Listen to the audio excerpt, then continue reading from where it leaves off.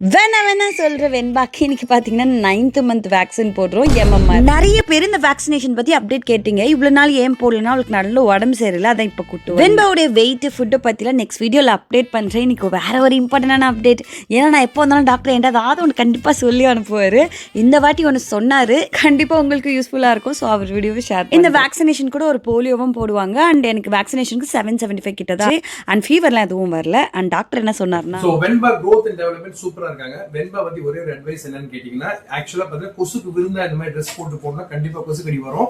ஊர் ஃபுல்லா dengue, malaria, typhoid எக்கச்சக்கமான கொசுக்கடினால பல வியாதிகள் வந்துட்டு இருக்கு. வெண்பா இல்லாம வெண்பா மாதிரி குழந்தைங்க இருக்கு. எல்லா அம்மாவும் சொல்ற ஒரே அட்வைஸ், பாடி கவர் ஃபுல்லா ட்ரெஸ் பண்ணி போட்டு கூட்டிட்டு போங்க. அதான் சேஃப்டி. தேங்க்யூ. அச்சோ கேமராலே மாட்டி விட்டாரு அப்படின்னு தான் இருந்துச்சு. மோஸ்ட்லி வெண்பாக்கு பேண்ட் ஷர்ட் போடுவேன் சரின்னு கூட்டு போனேன். ஆனால் உண்மையாக பார்த்தீங்கன்னா கொசுக்கொடிலாம் இருந்துச்சு. நீங்களும் ஜாக்கிரதையா இருங்க. வரட்டா.